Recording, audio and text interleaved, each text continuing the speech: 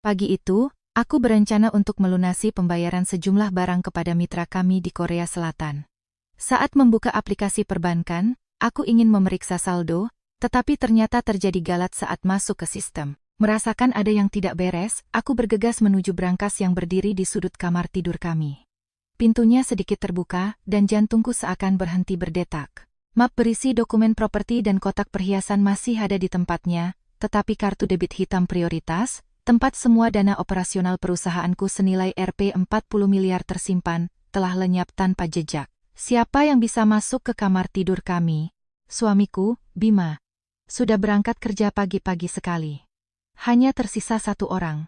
Aku segera menuruni tangga. Di tengah ruang tamu apartemen kami yang sempit di Jakarta, dengan kaki yang disilangkan, duduklah Ibu Ratna, ibu mertuaku. Ia mengenakan gaun beludru merah baru yang mencolok.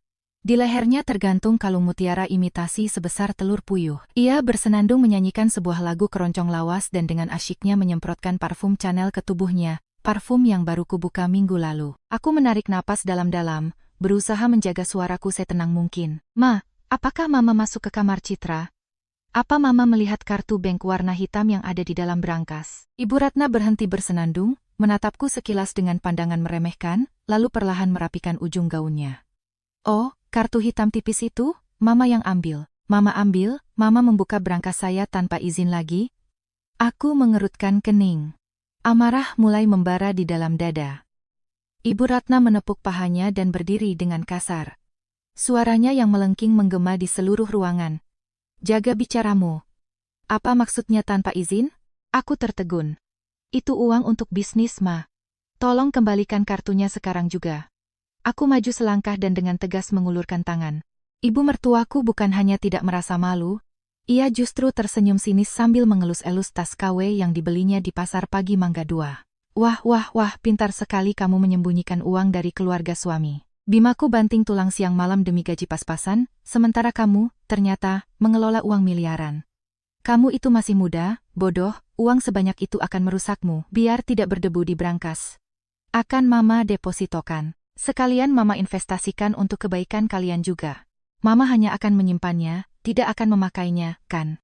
Perkataan itu membuat darahku mendidih. Dongeng lama Mama hanya simpan ini selalu ia gunakan. Tapi kali ini, yang dipertaruhkan adalah Rp40 miliar. Uang hasil jerih payahku. Aku bekerja siang dan malam. Apa hak Mama mengambilnya? Mama bahkan tidak tahu PIN-nya. Kartu itu tidak ada gunanya untuk Mama. Kembalikan. Ibu Ratna mendongakkan dagunya ke langit-langit dan mendesis dengan angkuh. Jangan sok pintar kamu. Kamu pikir aku tidak tahu PIN-nya? Semua kata sandi kalian kalau bukan tanggal ulang tahun Bima, ya tanggal pernikahan kalian. Aku sudah mengincar sebuah rumah mewah di Pondok Indah seharga 20 miliar.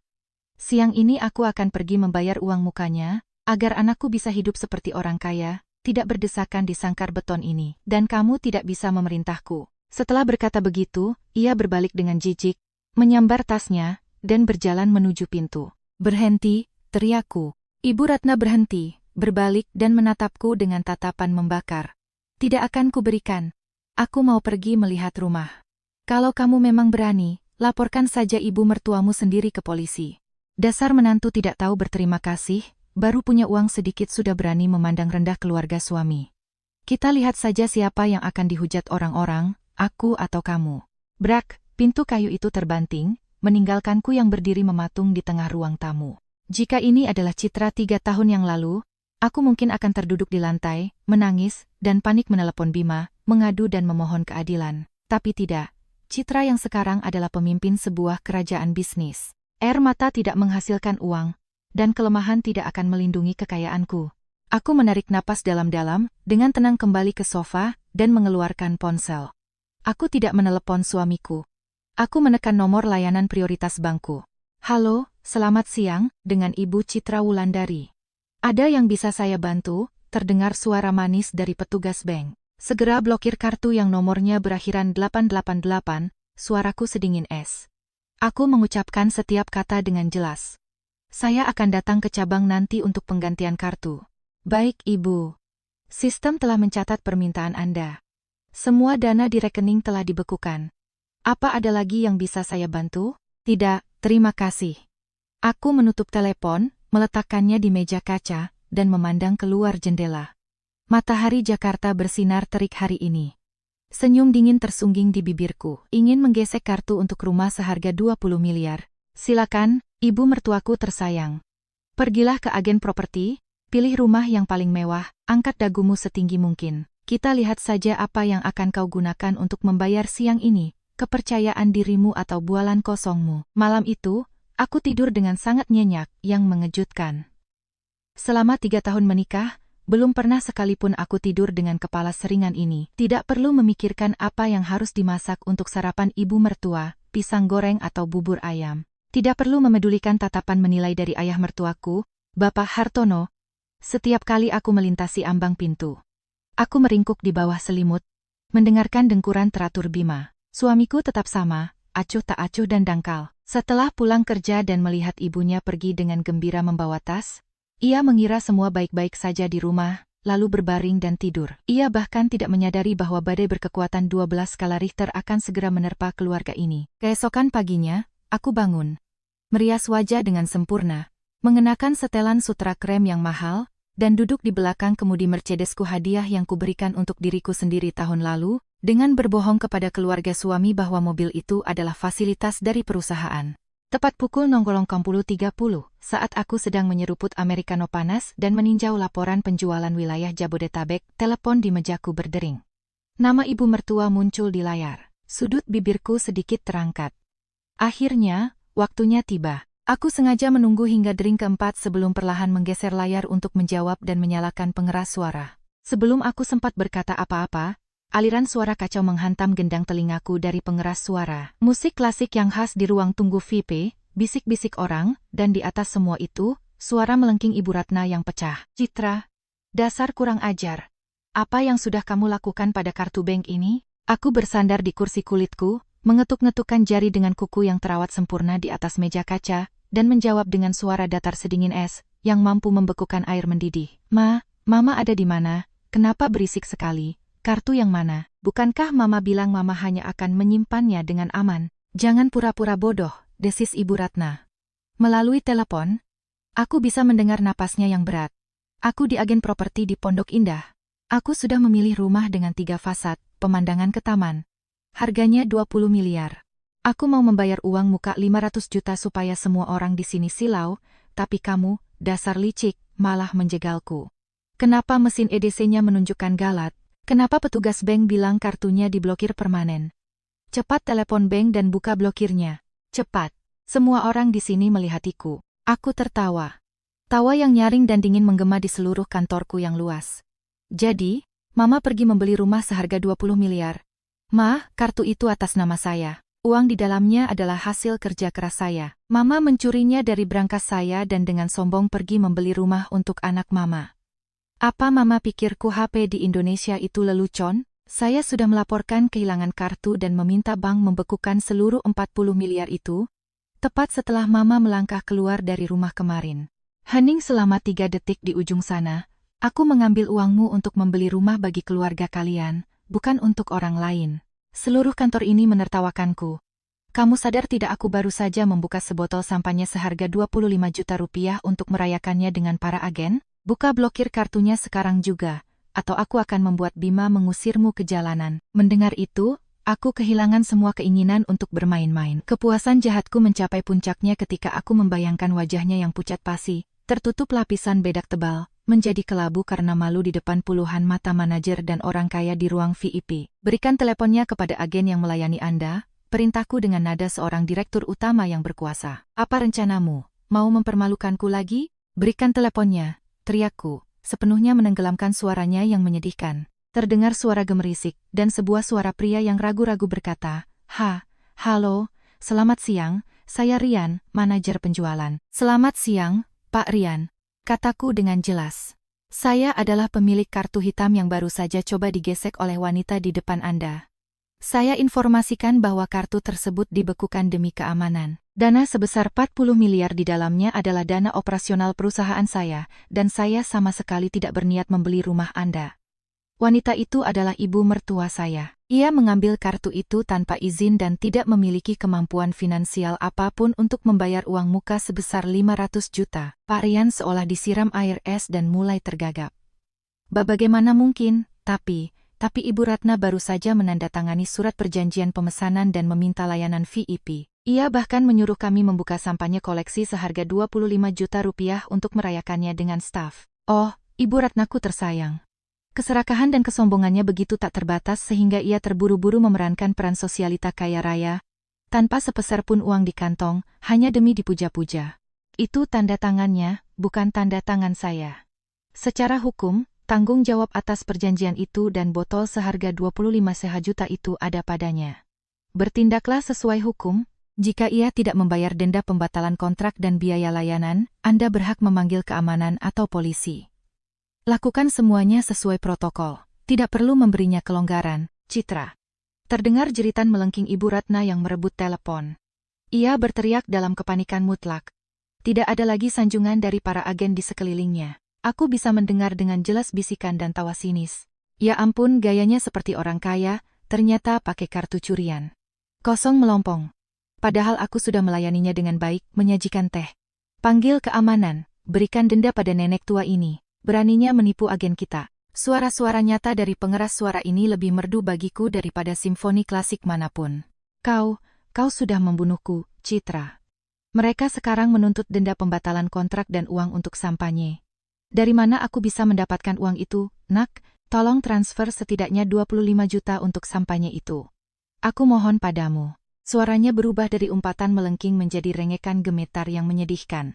Harga dirinya telah hancur lebur di depan banyak orang. Bukankah Mama sudah menyimpan 40 miliar milikku? Ambil saja dari sana untuk dendanya, jawabku dengan nada paling sarkastis. Tapi kartunya diblokir. Bagaimana aku bisa mengambilnya? Citra, aku mohon, demi aku ini ibu dari suamimu. Saat Mama mencuri uang hasil jerih payahku, apa Mama ingat kalau aku ini menantumu? Mama sendiri yang memulai kekacauan ini, selesaikan sendiri. Dengan dingin aku menekan tombol putus. Kantor mewah itu kembali sunyi.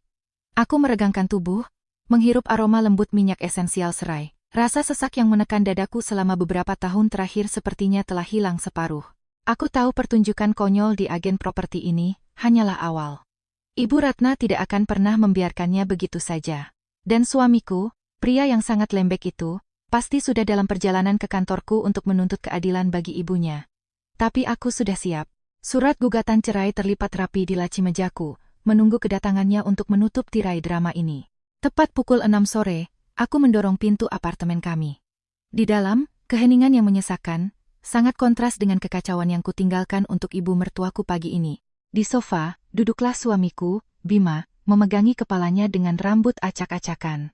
Mendengar langkahku, ia melompat dan menghambur ke arahku seperti orang tenggelam yang meraih sedotan. Wajah pria berusia 30-an yang biasanya ramah dan lemah itu kini dipenuhi kepanikan. Citra, kamu kembali.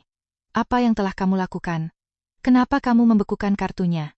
Ibu baru saja meneleponku, menangis dari kantor polisi. Suara Bima pecah.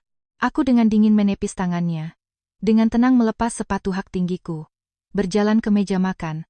Dan menuangkan segelas air untuk diriku sendiri. Air dingin itu membakar tenggorokanku, tetapi tidak bisa memadamkan api yang membara di jiwaku. Menangis, sampai ke kantor polisi? Aku tersenyum sinis. Seorang ibu mertua mencuri kartu menantunya untuk membeli rumah seharga 20 miliar, dan sekarang tidak bisa membayar uang muka dan sampahnya koleksi. Jadi dia dilaporkan ke polisi. Semuanya logis. Hukum tidak pandang bulu, baik tua maupun muda, Bima memucat. Ia memegangi kepalanya dan mondar-mandir di ruang tamu.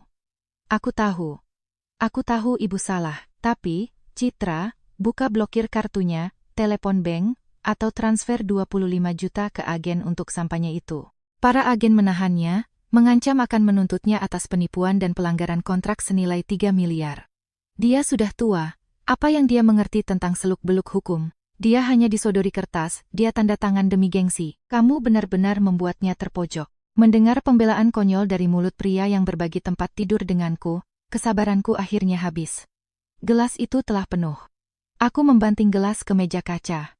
Ting, suara nyaring itu membuat Bima terlonjak, membuatnya terpojok. Indah sekali kedengarannya, desisku, mendekat dan menatap lurus ke matanya. Dia menyelinap ke kamar tidur kita, membuka brankas, dan mengambil 40 miliar rupiah yang kudapatkan dengan susah payah. Dia akan menghabiskan 20 miliar dalam sekejap untuk rumah atas namamu. Jika bank tidak memblokir transaksinya, 20 miliar milikku akan lenyap. Siapa yang akan terpojok saat itu? Siapa yang akan mengasihaniku? Tapi uangnya masih ada di sana. Ibu tidak menghabiskan sepeser pun. Sekarang setelah semua terbongkar, bagaimana bisa kamu melihat ibu mertuamu sendiri dipermalukan dan diancam penjara? Kamu kan kaya. Apa artinya denda sepele itu dibandingkan dengan 40 miliar milikmu? Berikan sedikit saja. Selamatkan ibu. Aku mohon padamu. Bima menangkupkan kedua tangannya seolah berdoa. Dia selalu seperti itu. Apapun yang terjadi antara aku dan keluarganya, kalimat andalannya adalah, sabar, mengalah sedikit. Ibu sudah tua, kenapa kamu bertengkar dengannya? Aku menatap pria di hadapanku, dan perasaan keterasingan yang mendalam menyumbat tenggorokanku. Bima, apa kamu tahu dari mana aku mendapatkan 40 miliar itu? Suaraku tiba-tiba merendah. Tidak ada kemarahan di dalamnya, hanya kepahitan yang tak terbatas. Uang itu tidak jatuh dari langit. Itu adalah hasil kerja keras selama 3 tahun. Aku melakukan siaran langsung sampai jam 3 pagi, menjual setiap lipstik, setiap krim. Ada hari-hari ketika suaraku serak sampai pita suaraku radang, batuk darah. Tapi aku terus tersenyum ke kamera. Ada malam-malam ketika putri kita, Kirana, demam, dan aku menimangnya dengan satu tangan sambil mengemas pesanan dengan tangan yang lain. Aku menusukkan jariku ke dadanya, di tempat jantungnya yang pengecut berdetak. Dan kamu, suamiku, tiang keluarga. Apa yang telah kamu lakukan? Setiap bulan kamu memberiku gaji PNS-mu yang 8 juta itu, lalu dengan santai menikmati hidup bak raja. Kamu memakai kemeja bermerek yang kubelikan. Kamu mengendarai mobil mahal yang kubayar. Dan orang tuamu serta adikmu memandangku seperti benalu, seperti sapi perah. Ayahmu memaksaku untuk membalik nama apartemen ini atas namanya. Ibumu merengek minta uang untuk liburan ke Bali, lalu kalung emas untuk adikmu. Dan di mana kamu, Bima, saat seluruh keluargamu memeras keringatku? Bima berdiri mematung, bibirnya bergerak-gerak tetapi tidak ada kata yang keluar. Wajahnya yang pucat menjadi merah padam karena malu. Mungkin, untuk pertama kalinya dalam 3 tahun pernikahan, ketidakbergunaan dan kepengecutannya diungkap begitu telanjang. Aku berbalik, berjalan ke lemari di sudut ruangan, dan mengeluarkan map biru yang telah kusiapkan beberapa bulan lalu. Aku melemparkannya ke atas meja, tepat di depan Bima. Itu surat gugatan cerai. Aku sudah menandatanganinya. Kata-kata surat gugatan cerai menyambar Bima seperti petir di siang bolong. Ia mundur, matanya terbelalak, menatap huruf-huruf hitam di atas kertas putih. Citra, kamu sudah gila, hanya karena kesalahpahaman sepele dengan ibu, kamu minta cerai? Aku tidak setuju. Aku tidak akan pernah setuju. Teriaknya panik, mencoba menyembunyikan kertas-kertas itu. Kesalahpahaman sepele? Aku tersenyum pahit.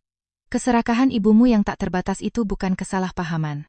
Persetujuan diam-diammu selama ini juga bukan kesalahpahaman. Itu adalah sifat asli kalian.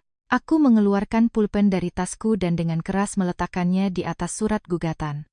Hari ini aku memberimu 2 pilihan. Aku memujimu karena kamu masih punya otak untuk pulang dan berdiskusi denganku, bukan mengambil pinjol untuk menutupi utang ibumu. Tapi kesabaranku sudah habis. Pertama, kamu tanda tangani surat ini, dan kita berpisah. Kirana ikut denganku. Kamu tidak akan menyentuh aset perusahaanku sepeser pun. Ambil ibumu yang serakah itu dan hiduplah dengan keluargamu yang angkuh. Kedua, kamu berpihak pada istri dan anakmu, dan biarkan ibumu menyelesaikan sendiri akibat dari keserakahannya. Biarkan dia membayar denda, biarkan dia dipermalukan, biarkan dia belajar bahwa dia tidak bisa menyentuh uang orang lain. Jika kamu berani melangkah keluar dari pintu ini dengan uang untuk menyelamatkan ibumu, besok kita akan bertemu di pengadilan. Suasana di ruangan menjadi tegang. Jam di dinding berdetak menghitung detik. Bima menatapku dengan tatapan memohon, penuh sakit. Lalu beralih ke surat gugatan cerai. Dia tahu, aku tidak bercanda. Citra hari ini adalah serigala betina yang terpojok, siap menerkam siapa saja yang mencoba menghancurkan hasil kerja kerasnya, bahkan jika itu adalah kerabatnya sendiri. Keringat dingin muncul di dahi Bima. Napasnya berat. Kenangan tentang hari-hari ketika aku menopang keluarga ini sendirian, tentang penghinaan dari ibunya, tampaknya membanjiri pikirannya yang lamban. Dia menyadari bahwa jika kehilangan aku, dia tidak akan punya apa-apa selain gaji 8 juta yang menyedihkan dan sebuah keluarga yang hanya menunggu untuk memerasnya hingga kering. Tiba-tiba, Bima mengeluarkan geraman tertahan. Dia menyambar surat gugatan cerai itu. Srit, srit, kertas itu disobek menjadi serpihan-serpihan yang berhamburan di lantai seperti salju musim dingin. Dia melemparkan serpihan terakhir, lalu berlutut, memeluk kakiku, dan menangis seperti anak kecil. Maafkan aku, Citra, aku bodoh sekali. Aku tidak akan menandatanganinya. Aku tidak akan pernah bercerai. Aku memilihmu dan putri kita. Jika ibu salah, biarkan dia bertanggung jawab sendiri. Aku tidak akan ikut campur dan tidak akan meminta sepeser pun darimu. Hanya saja, jangan tinggalkan aku. Aku menatap dari atas ke bawah pria yang menangis di kakiku. Tidak ada kemenangan di mataku, hanya kesedihan yang mendalam dan kelegaan yang melelahkan. Untuk pertama kalinya, suamiku yang lemah berani melawan keluarganya demi melindungi rumah tangga kami. Tapi aku tahu, mereka tidak akan menyerah begitu saja.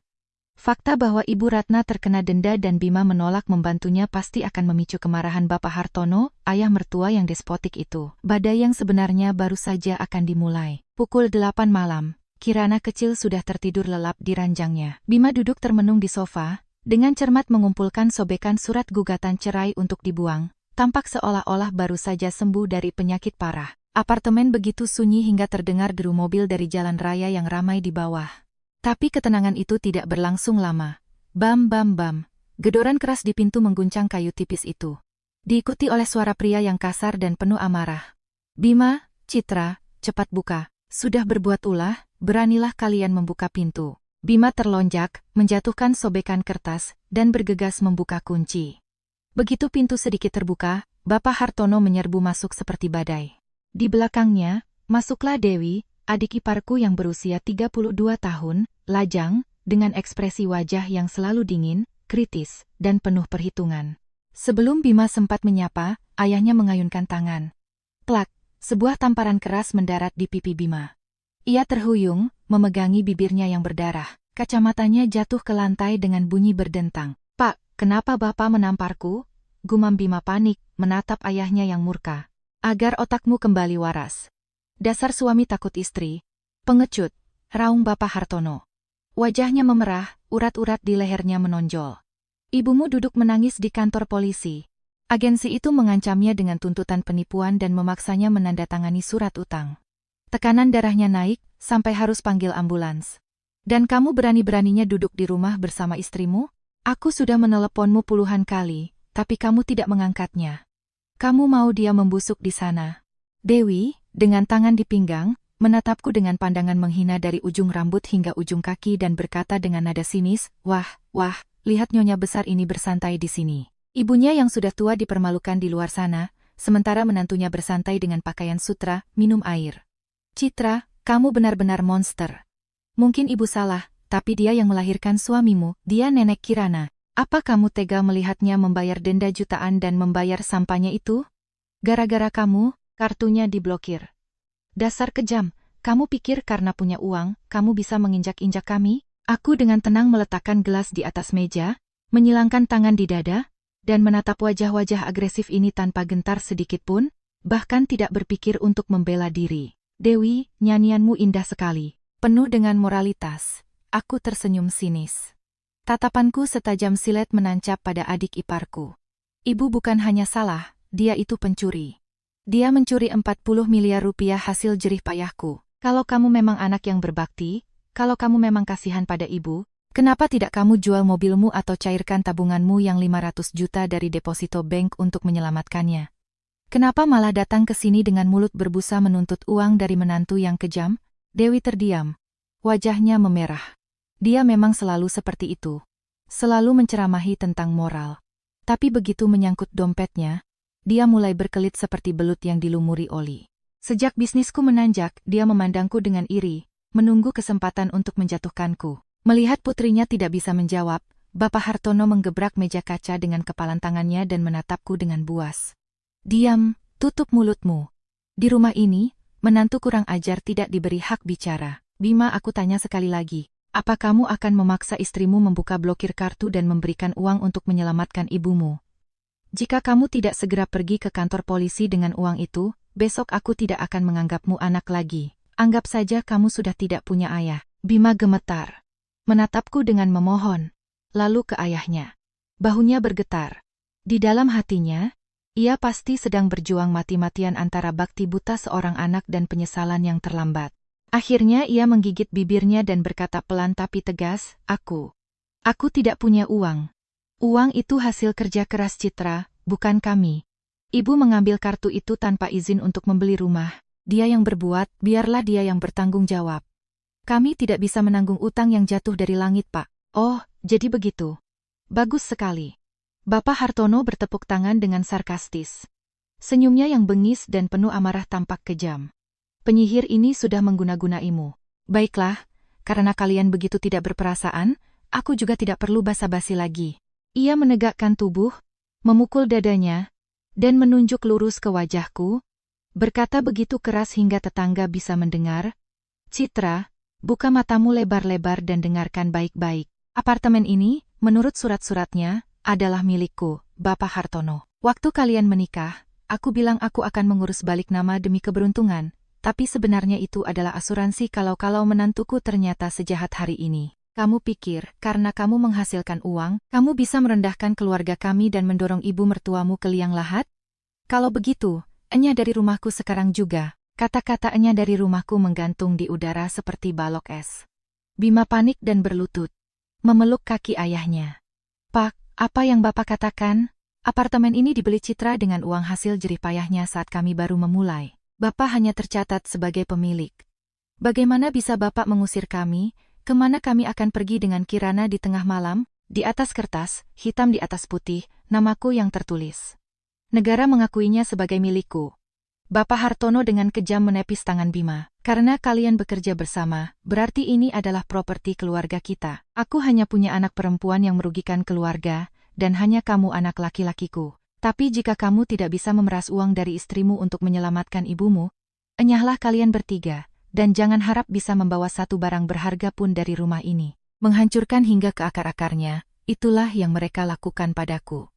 Memanfaatkan kepercayaan seorang gadis muda 3 tahun lalu, mereka sejak awal berencana untuk menguasai propertiku. Dan sekarang, ketika mereka gagal mendapatkan 40 miliar itu, mereka melepaskan topeng mereka, siap menggunakan hukum dan tipu muslihat untuk merebut apartemen dan mengusirku bersama anakku ke jalan tanpa sepeser pun. Dewi berdiri dengan tangan bersedekap dan senyum puas. Di matanya terbaca kepuasan terbesar. Dia menunggu aku hancur, mulai menangis, memohon, atau berteriak karena kehilangan harta benda. Bapak Hartono dengan angkuh mengangkat dagunya, seolah-olah seorang raja yang mengusir rakyat jelata. Tetapi mereka salah besar. Aku tidak menangis dan tidak akan marah. Sebaliknya, sudut bibirku melengkung membentuk senyum tipis yang sangat tenang, yang membuat Dewi mengerutkan kening karena tidak mengerti. Aku berbalik dan berjalan lurus ke kamar tidur. Aku tidak mengumpulkan perhiasan. Aku tidak peduli dengan tas-tas bermerek di rak. Aku hanya mengambil tas popok, memasukkan beberapa potong baju ganti untuk Kirana, susu formula, dan dokumen-dokumen kami. Aku dengan hati-hati menggendong putriku yang setengah tertidur, menepuk-nepuk bahunya yang rapuh. Aku keluar ke ruang tamu, melewati wajah-wajah bingung ayah mertua dan Dewi. Aku berhenti di depan Bima, yang masih duduk termanggu di lantai. Bima, suaraku tenang, jernih, tetapi penuh wibawa. Aku pergi. Anggap saja apartemen seharga 1,5 miliar ini sebagai sedekah awalku untuk biaya pemakaman keserakahan keluargamu. Jika kamu masih berpegang pada keputusanmu untuk merobek surat cerai, berdirilah, ambil kopermu, dan ikuti aku dan putri kita. Jika kamu merasa kasihan pada fasad keluarga yang busuk ini, tinggallah dan jadilah anak yang baik. Bima menatapku, lalu pada ayahnya yang bernapas berat. Tanpa ragu sedetik pun, ia terhuyung-huyung berdiri dan menepuk-nepuk lututnya.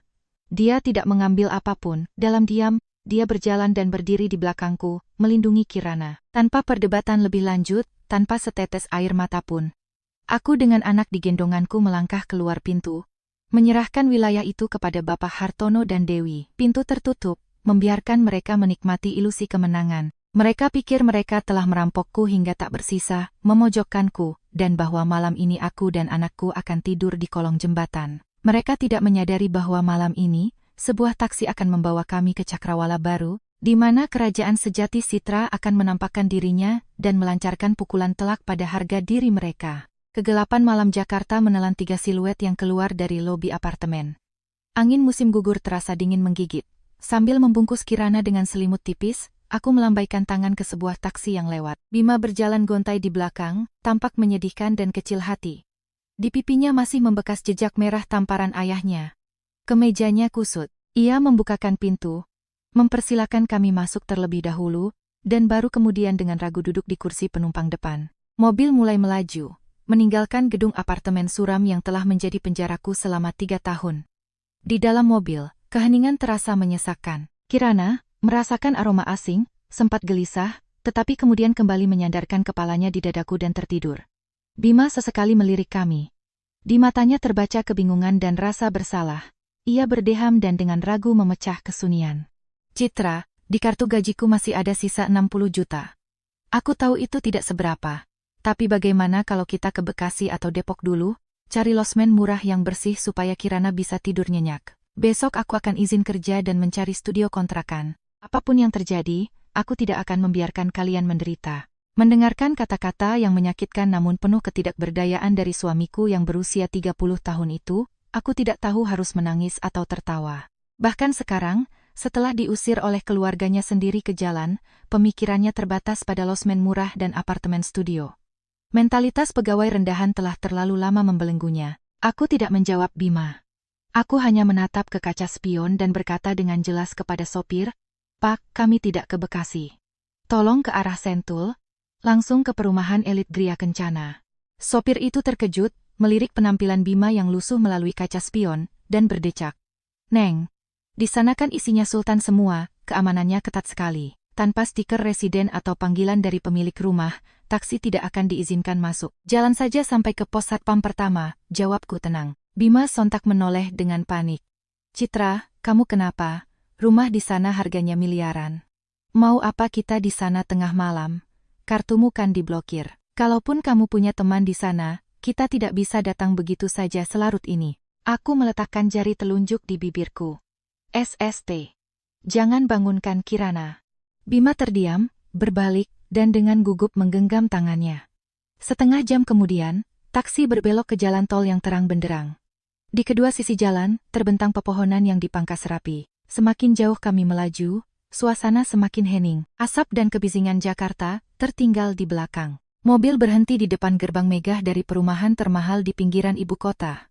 Dua penjaga keamanan dengan seragam sempurna segera mencegat. Bima berkeringat dingin, hendak keluar dan memohon agar kami diizinkan masuk, tetapi aku mendahuluinya, menurunkan kaca jendela, dan melepas kacamata hitamku. Mengenali wajahku, kepala keamanan itu langsung berdiri tegak, memberi hormat, dan berkata dengan sangat sopan, "Selamat malam, Ibu Citra. Sibuk sekali akhir-akhir ini, sudah berbulan-bulan tidak mampir." Kemudian, ia menepuk kap mobil dan memberi isyarat kepada rekannya di pos jaga.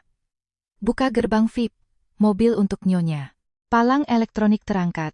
Taksi melaju masuk ke dalam kompleks di bawah tatapan terperangah sopir dan Bima. Suamiku, sambil menyipitkan matanya yang rabun jauh, menatapku seolah aku adalah alien. Mobil berhenti di depan sebuah rumah mewah di sudut jalan, dikelilingi oleh pagar hidup dari mawar yang sedang mekar. Desain neoklasik Eropa dengan jendela-jendela panorama yang tinggi begitu megah hingga membuat napas tertahan. Gerbang besi tempa besar berlapis emas tertutup rapat. "Sudah sampai. Kembaliannya ambil saja." Aku memberikan selembar uang 100 ribuan kepada sopir taksi dan keluar dengan anak di gendonganku. Bima keluar dengan canggung. Berdiri di depan rumah raksasa ini di bawah cahaya remang-remang lampu taman dengan pakaiannya yang kusut, Bima merasa dirinya semakin hina. Ia tergagap, tidak berani melangkah ke teras marmer putih. Bagaimana, Citra? Kita di mana? Kenapa kamu dipanggil Nyonya?" Kamu menyewa rumah ini." Aku tidak menjawab. Sambil menggendong putriku dengan satu tangan, tangan yang lain menyentuh panel biometrik di pilar gerbang. Pip pip pip. Sistem memindai wajahku. Klik, gerbang yang berat itu perlahan terbuka. Bersamaan dengan itu, sistem smart home aktif.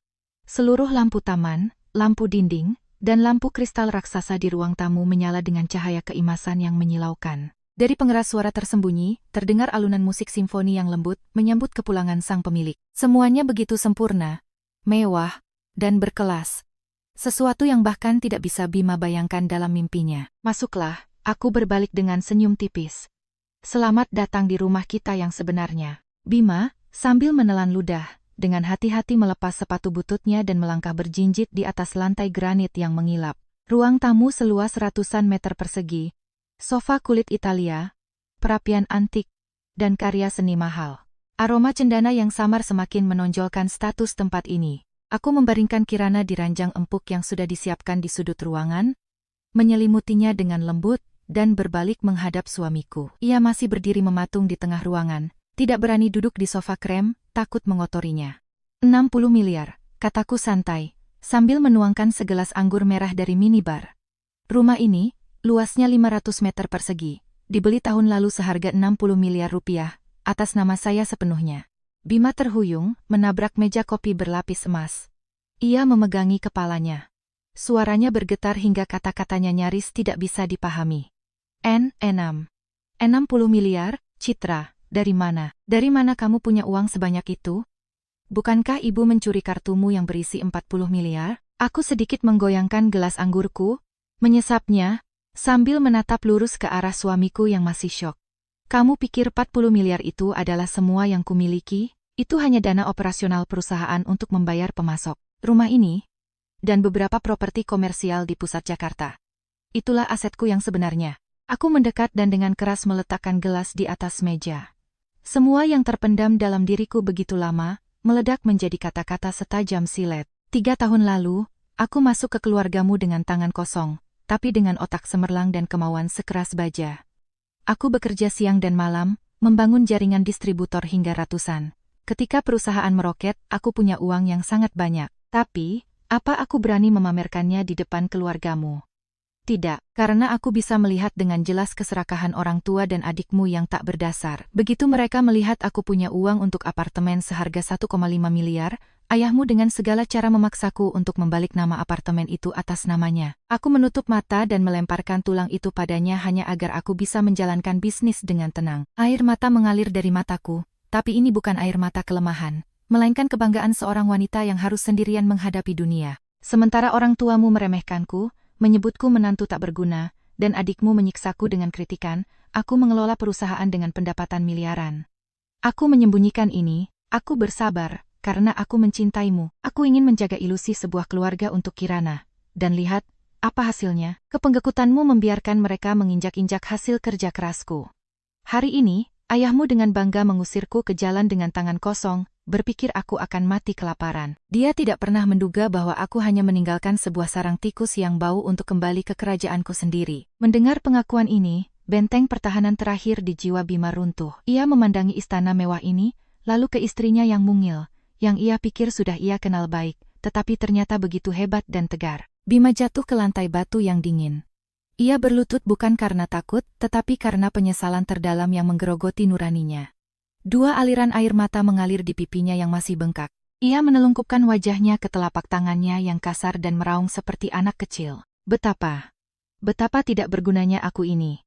Kamu memikul seluruh kerajaan di pundakmu. Dan saat pulang ke rumah, harus memasak, mencuci piring, dan menahan hinaan dari keluargaku. Kenapa kamu begitu menderita, Citra? Kenapa tidak memberitahuku? Apakah aku begitu buruk sehingga kamu bahkan tidak bisa percaya padaku? Ia berteriak kesakitan, berulang kali menampar dirinya sendiri, menghukum dirinya atas ketidakpeduliannya selama bertahun-tahun. Melihat pria yang hancur di kakiku, aku merasakan sedikit kasihan, tetapi tidak menyesal sedikit pun. Pelajaran ini harus ia lalui agar bisa benar-benar menjadi dewasa. Aku membungkuk, meraih tangan Bima, dan membantunya berdiri. Berhentilah menyakiti dirimu sendiri. Air mata tidak akan mengubah apapun, Bima. Mulai besok, hiduplah sebagaimana layaknya seorang suami dan ayah sejati. Lindungi rumah ini. Aku menyeka air matanya dan mengalihkan pandanganku ke langit malam Jakarta. Jauh di lubuk hati, aku mengerti, pengungkapan ini hanya menyelesaikan masalah internal kami. Besok, badai yang sesungguhnya akan menerpa keluarga suamiku, ketika mereka menyadari bahwa mereka telah membuang segunung emas demi sebuah utang besar. Seminggu berlalu sejak malam yang penuh gejolak itu. Di rumah mewah di Sentul, kehidupan keluarga kami berjalan dengan sangat damai.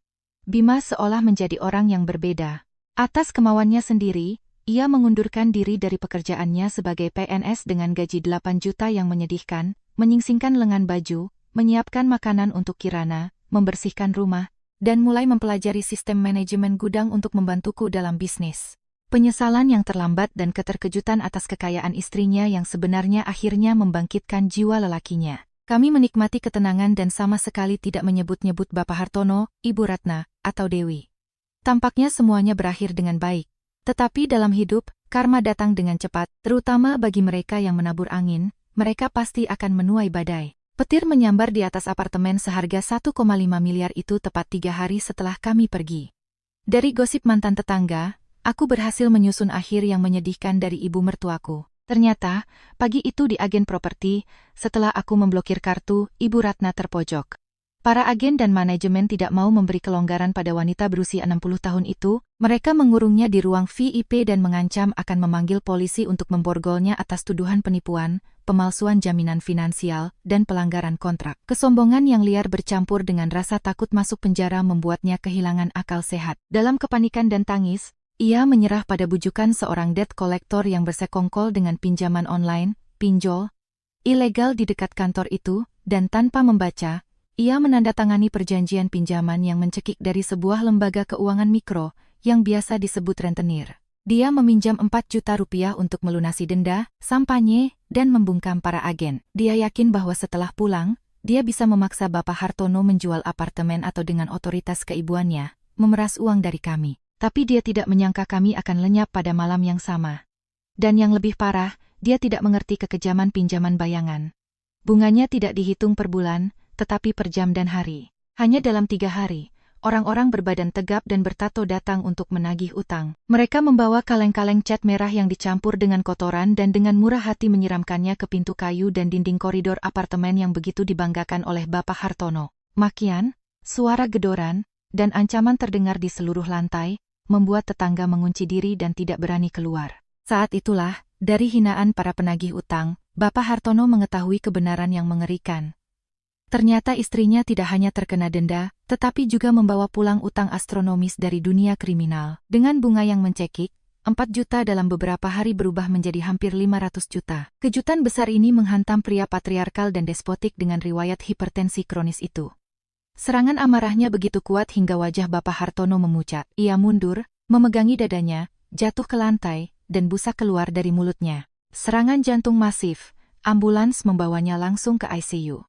Pada saat keluarga berada di ambang bencana, sifat egois dan dingin Dewi, sang adik ipar yang suka menceramahi tentang moral, terungkap sepenuhnya. Melihat ayahnya tidak sadarkan diri di atas tandu, ibunya menangis di lantai yang kotor, dan preman-preman di depan pintu, Dewi panik. Dia takut utang itu akan dilimpahkan padanya, takut akan pembalasan, dan yang terpenting, takut harus mengeluarkan 500 juta tabungannya untuk menyelamatkan ayahnya. Memanfaatkan kekacauan itu, dia dengan cepat mengemasi pakaian, tas, perhiasan, menyambar buku tabungannya, dan diam-diam melarikan diri melalui pintu belakang.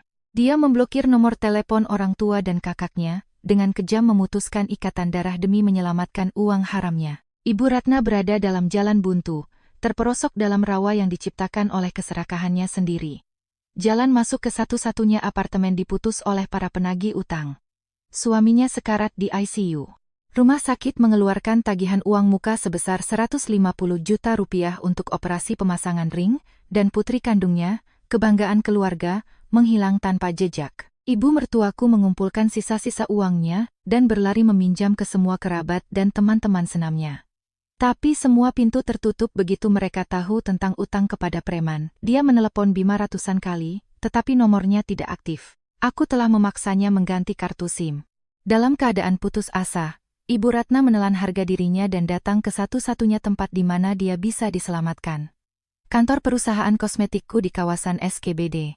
Pada hari Sabtu pukul 10 pagi, ketika aku sedang meninjau rencana pemasaran kuartal berikutnya, sekretarisku berlari masuk ke kantor dengan mata terbelalak dan melaporkan bahwa di resepsionis ada seorang wanita tua yang histeris, mengaku sebagai ibu mertuaku. Aku tersenyum tipis, meletakkan pulpen di atas meja kaca, dan menyuruh keamanan untuk membawanya kepadaku.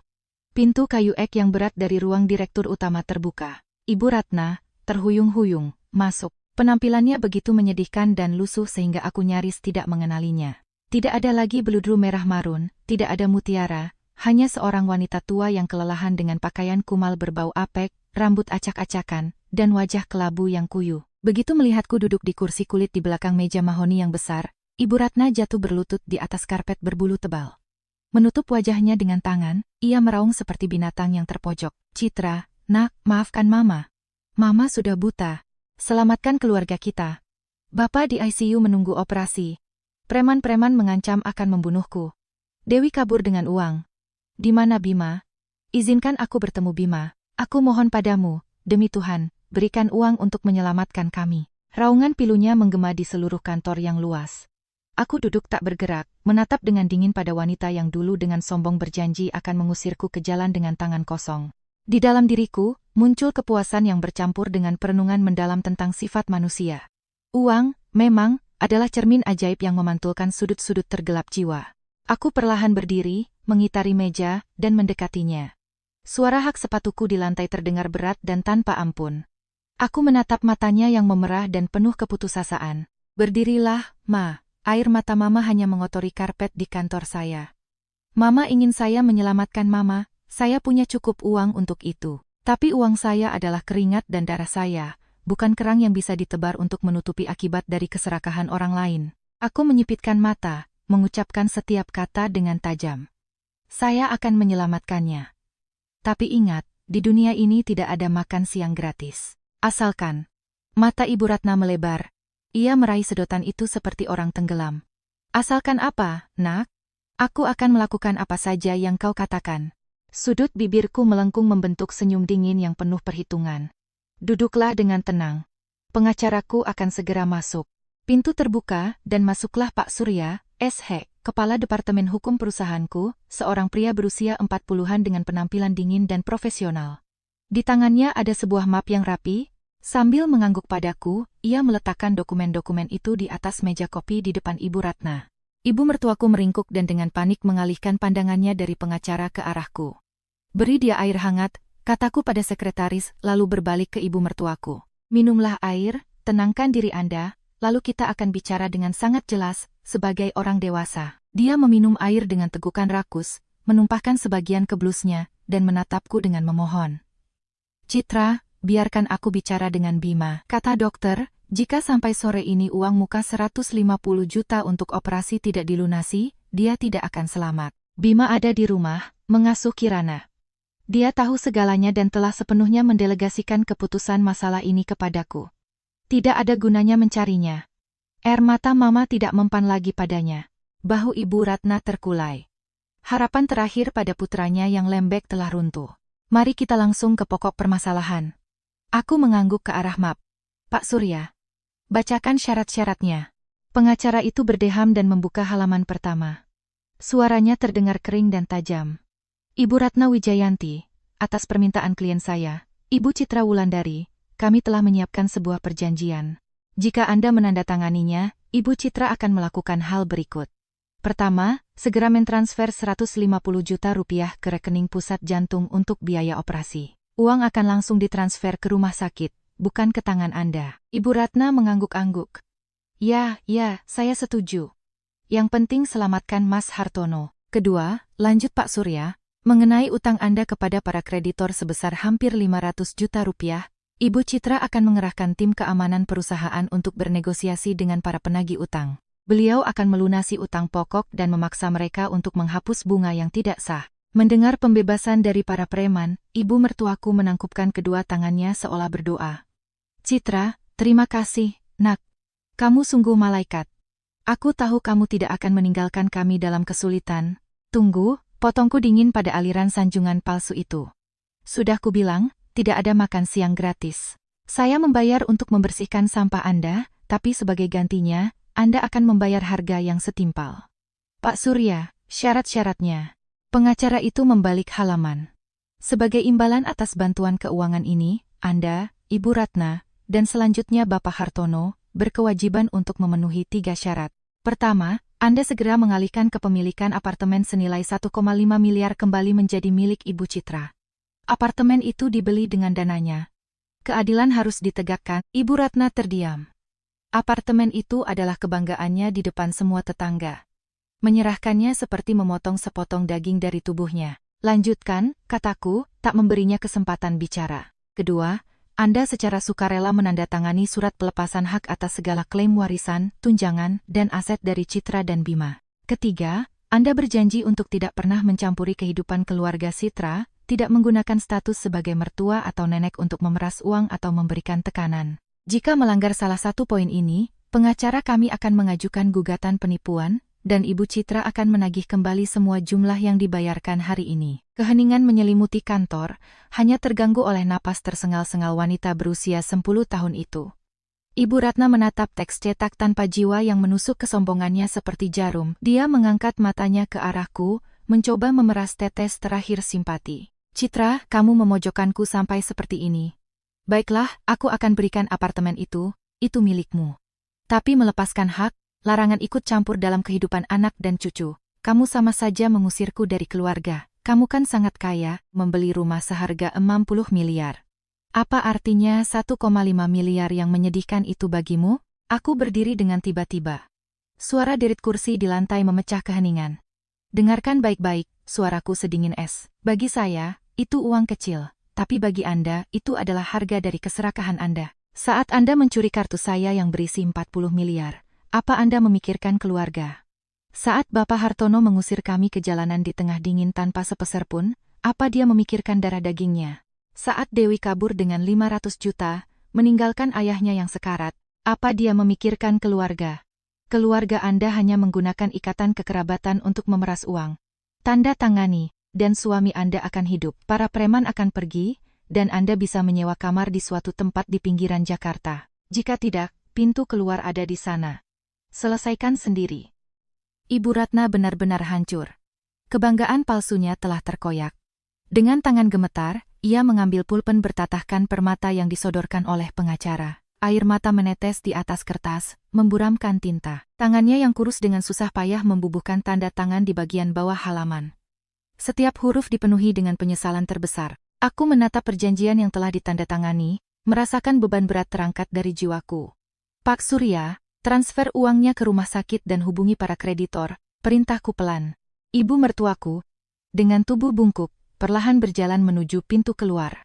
Tampaknya, kisah dengan keluarga suamiku telah berakhir selamanya, tapi aku tidak tahu, sementara satu awan badai telah berlalu, badai baru dari masa lalu sedang mendekat. Musuh yang jauh lebih licik sudah mengintai di dekat dinding rumahku. Sebulan setelah Ibu Ratna dengan berlinang air mata menandatangani surat pelepasan hak, kehidupan kembali normal. Bapak Hartono berangsur pulih setelah operasi dan kini menjalani masa pemulihan di sebuah rumah sederhana di desa terpencil, yang kubiayai di bawah pengawasan ketatku, tentu saja. Ibu Ratna dengan patuh merawat suaminya, tidak berani bersuara sedikit pun. Dan Dewi, lenyap tanpa jejak bersama uangnya. Di rumah mewah kami, Bima telah menjadi ayah sejati. Melihatnya menyiapkan susu untuk Kirana sambil memeriksa stok gudang di iPad, aku berpikir bahwa kebahagiaan akhirnya tersenyum pada kami. Tapi aku salah. Pada hari Minggu pagi, aku sedang minum teh kamomil di balkon lantai 2 ketika mendengar keributan dari rumah mewah tetangga yang kosong. Sebuah truk berisi perabotan mewah berhenti di depan gerbang, dan dari sebuah Porsche Panamera berwarna pink yang mencolok, keluarlah seorang wanita dengan gaun ketat yang menonjolkan lekuk tubuhnya, dibalut jaket Chanel di bahunya. Sepatu hak tinggi lubutinnya berbunyi nyaring di atas aspal. Wajahnya dengan riasan sempurna namun agresif bersinar dengan senyum penuh perhitungan. Ia melepas kacamata hitam besarnya dan menatap lurus ke balkonku. Jantungku berdebar kencang. Vina, 29 tahun, mantan pacar Bima semasa kuliah, seorang predator dan wanita simpanan yang terkenal. Dulu sekali, ketika Bima masih mahasiswa miskin yang bekerja paruh waktu di sebuah kafe, Vina berselingkuh dan meninggalkannya demi seorang pria kaya. Apa yang dia lakukan di sini? Seolah menjawab pertanyaanku yang tak terucap, Vina mendekat ke pagar mawar dan dengan suara nyaring yang manis berkata, "Oh, lihat siapa di sini. Citra, istri Bima. Dunia ini sempit sekali, ya. Tidak kusangka aku akan membeli rumah di sebelah kalian. Salam kenal, tetangga baru." Aku dengan santai meletakkan cangkirku, mendekati pagar balkon, dan dengan tangan bersedekap, menatapnya dengan tenang. "Halo, Vina. Membeli rumah di Sentul pasti membutuhkan banyak usaha di ranjang. Bagaimana kabar sponsor Anda?" Vina membeku sejenak. Petualangannya dengan para pejabat beristri sudah menjadi rahasia umum di kalangan bisnis kami. Tapi dia cepat menguasai diri. "Kamu masih saja sinis, Citra. Jika seorang pria mau membiayaiku dari A sampai Z, kenapa tidak? Masa muda wanita itu singkat. Tidak sepertimu, yang bekerja keras sampai tua di depan mata. Di mana Bimamu? Masih duduk manis dengan gaji 8 juta sebulan atau jadi benalu di kakimu? Saat itu, Bima keluar ke balkon dengan botol susu untuk Kirana. Citra, anak kita menangis lagi. Dia terdiam, melihat Vina. Botol itu hampir jatuh dari tangannya. Dia pucat pasi, matanya menunjukkan kepanikan. Dia mulai menghindari tatapan provokatif Vina. Bima. Panggil Vina dengan kelembutan palsu. Lama tidak bertemu. Kamu terlihat lelah. Kasihan sekali. Kah, kamu mau apa di sini? Gumam Bima, mundur selangkah dan berkeringat dingin. Aku berdiri di sampingnya dan memperhatikan setiap detail. Pria normal, saat bertemu dengan mantan yang telah mengkhianatinya, akan menunjukkan penghinaan atau ketidakpedulian. Tapi Bima tampak seperti tertangkap basah. Pergi ke anakmu, perintahku dingin. Bima, seperti disiram air panas, bergegas masuk ke dalam rumah. Firasat perempuanku berbunyi nyaring. Kemunculan Vina bukanlah kebetulan. Selama minggu berikutnya, dia terus-menerus memprovokasi kami. Terkadang mengadakan pesta yang bising, terkadang berpakaian seronok saat menyiram rumput ketika Bima sedang membuang sampah. Bima sendiri menjadi gelisah, sering bersembunyi di balkon dengan teleponnya dan terus-menerus menghapus riwayat panggilan. Kesabaranku ada batasnya. Aku tidak akan membiarkan seorang wanita simpanan menghancurkan keluargaku. Aku menghubungi seorang detektif swasta yang kukenal. Periksa semua pergerakan Bima dan setiap hubungan keuangannya dengan Vina selama 2 bulan terakhir. 3 hari kemudian, sebuah amplop tebal tergeletak di mejaku. Di dalamnya ada foto-foto dari 3 minggu yang lalu, saat Bapak Hartono dirawat karena serangan jantung. Bima tertangkap kamera di lobi sebuah klinik swasta di Jakarta Selatan. Dia sedang memberikan sebuah amplop tebal kepada Vina, dan Vina dengan berlinang air mata menyandarkan kepalanya di bahu Bima. Tapi bukan itu saja. Di halaman terakhir, ada salinan rekening Bima yang tidak kuketahui. Sebuah transfer kepada Vina sebesar 80 juta rupiah dengan catatan. Bertahanlah, aku akan bantu. Kertas itu kusut di tanganku. Hatiku, yang terasa sekeras batu setelah pertempuran dengan ibu mertuaku, ditusuk oleh rasa sakit yang tajam. Pria yang bersumpah setia dan menangis di kakiku, diam-diam memiliki simpanan dan memberikannya kepada mantan kekasihnya. Untuk gajinya, 80 juta adalah jumlah yang sangat besar. Dari mana dia mendapatkannya? Kepercayaanku hancur berkeping-keping, tapi aku tidak histeris. Kemarahanku mengkristal menjadi ketenangan yang dingin dan menakutkan. Aku menyimpan dokumen-dokumen itu di berangkas. Vina, kamu telah memilih lawan yang salah. Untuk menghancurkan seorang wanita simpanan, kau harus menebang pohon uangnya. Dalam 1 hari, aku berhasil mengetahui bahwa papa gulanya saat ini adalah Boris, wakil presiden sebuah perusahaan konstruksi besar. Tetapi semua kekuasaannya bergantung pada uang istrinya, Margarita, seorang wanita berpengaruh di kalangan atas yang memiliki saham pengendali. Aku secara anonim mengirimkan semua foto mesra suaminya dan salinan perjanjian pembelian rumah untuk Vina kepada Margarita. Bom itu meledak dalam 48 jam. Margarita memblokir semua rekening suaminya dan mengusirnya ke jalan. Ternyata, rumah mewah itu dibeli dengan cara mencicil. Pengacara Margarita langsung membatalkan transaksi dan menuntut Vina untuk mengosongkan rumah. Tapi bagian terlucu dimulai setelahnya. Kehilangan sumber dana, Vina panik dan menemukan Ibu Ratna di desa, menceritakan dongeng tentang investasi super menguntungkan dalam impor kosmetik ilegal, berjanji akan membantunya membalas dendam padaku.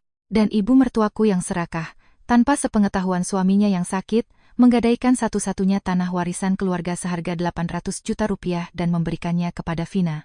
Hasilnya bisa ditebak. Pada hari Sabtu pagi, aku mendengar teriakan dari rumah sebelah. Aku menyerahkan Kirana kepada pengasuh dan dengan santai berjalan ke gerbang yang terbuka. Di ruang tamu, di antara koper-koper yang berserakan, tergeletak Ibu Ratna, mencengkeram kaki Vina. Penipu, kembalikan 800 jutaku. Itu tanah leluhur, kamu janji investasi, tapi malah berkemas mau kabur ke luar negeri, raung ibu mertuaku. Vina, tanpa sedikit pun kemewahan yang tersisa, dengan wajah bengis menendang wanita tua itu. Lepaskan, nenek tua bodoh. Investasi itu berisiko, rekeningku dibekukan. Kamu sendiri yang mau menghancurkan menantumu, sekarang rasakan akibatnya. Lepaskan atau kupanggil polisi. Aku bersandar di kusen pintu dan perlahan bertepuk tangan. Kedua wanita itu terkejut. Ibu Ratna pucat karena malu, sementara Vina mengertakkan giginya dengan marah. Pertunjukan yang indah, kataku sambil tersenyum. Vina, Sepertinya penerbanganmu ke Dubai jam 2 siang ini tidak akan tercapai. Laporan penipuan atas namamu sudah masuk ke kepolisian. Ini kamu. Kamu yang mengadukan Boris pada istrinya. Kamu yang membuatku tidak punya apa-apa, teriak Vina. Kalian sendiri yang memintanya, jawabku dingin. Saat itu, Bima berlari masuk dengan terengah-engah. Melihat ibunya di lantai dan koper-koper Vina, ia tertegun. Ma, apa yang Mama lakukan di sini? Ibu Ratna mencengkeram putranya. Bima, dia mencuri 800 juta dari tanah kita. Bima mengalihkan pandangannya ke Vina. Keterkejutannya berubah menjadi amarah. Kau juga menipu ibuku? Lalu bagaimana dengan 80 juta di klinik itu? Kau bersumpah ayahmu sekarat karena kanker hati, bahwa tanpa uang itu dia tidak akan bertahan sampai pagi. Itu juga bohong, hening seketika. Aku akhirnya mengerti segalanya. Itu bukan uang untuk selingkuhan. Itu adalah rasa kasihan buta dari seorang pria bodoh yang ditipu oleh penipu ulung pada saat ayahnya sendiri terbaring di ICU.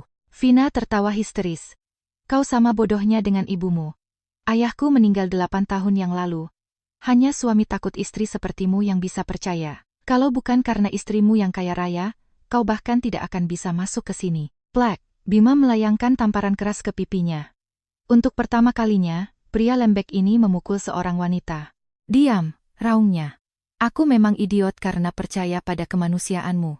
Tapi kau tidak akan mendapatkan sepeser pun lagi dari kami.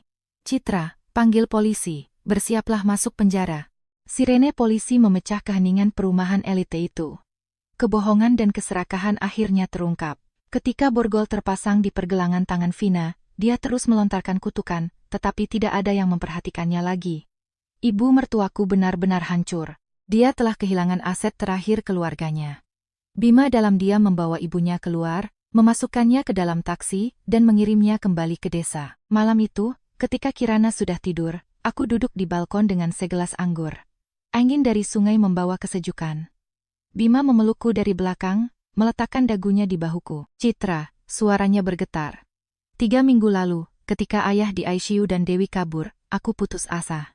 Lalu dia muncul, katanya ayahnya sekarat. Itu adalah tabungan pribadiku dari bonus selama bertahun-tahun bekerja. Aku memberikannya hanya karena kasihan, untuk menyelamatkan nyawa seseorang. Aku bersumpah, tidak pernah terpikir untuk selingkuh. Aku hanya pengecut dan bodoh. Maafkan aku berbalik dan menatap matanya yang memerah. Aku mengerti, dia bukan pengkhianat, dia hanya terlalu baik hati. Tamparannya pada Vina membuktikan bahwa dia akhirnya sadar. Bima, ingatlah pelajaran ini, kataku tegas. Kebaikan yang salah alamat adalah pisau di punggung keluargamu sendiri. Uang adalah keringat dan darah. Uang itu untuk melindungi istri dan anak, bukan untuk disedekahkan kepada penipu. Kamu memukulnya hari ini, dan hanya karena itu rumah tangga kita tidak hancur. Jangan pernah ulangi kesalahan seperti ini lagi. Bima menangis, memelukku erat, dan mengangguk. 3 bulan kemudian, musim gugur emas tiba di pinggiran Jakarta. Aku mengendarai Mercedesku di jalan tol. Di kursi belakang, ada bahan makanan dan obat-obatan. Aku berhenti di depan sebuah rumah desa tua. Di halaman, Ibu Ratna, yang tampak jauh lebih tua, sedang memilah kentang. Melihatku, dia terkejut dan mengelap tangannya di celemek, menatapku dengan takut, seolah aku adalah hakimnya. Citra. Datang. Kesombongannya telah lenyap tanpa bekas. Kehilangan 800 juta dan pengkhianatan putrinya telah benar-benar menghancurkannya. Sekarang dia hidup hanya dari belas kasihan menantu yang pernah ia hina. Aku meletakkan kantong-kantong belanjaan di teras. Bagaimana kesehatan Bapak Hartono? Sudah bisa jalan sedikit-sedikit. Citra, maafkan aku 1000 kali. Aku sendiri yang menghancurkan semuanya.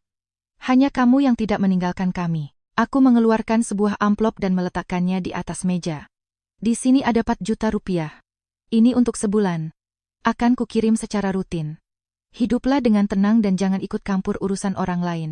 Aku berbalik dan berjalan ke mobil, meninggalkan isak tangis ibu mertuaku di belakang. Memaafkan bukan berarti kembali ke masa lalu. Itu berarti kau melepaskan dendam demi kedamaianmu sendiri. Malam harinya, di rumah mewah kami yang seharga 10 miliar, kami merayakan ulang tahun kedua Kirana.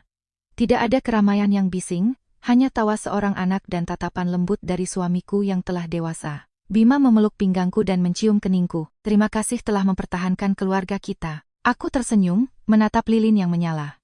Uang adalah pedang, yang memungkinkan seorang wanita melindungi dirinya dan rumahnya. Tetapi pedang itu hanya bermakna ketika ada seorang pria di sisinya yang mampu bersama-sama menghadapi badai. Setelah badai, matahari selalu bersinar.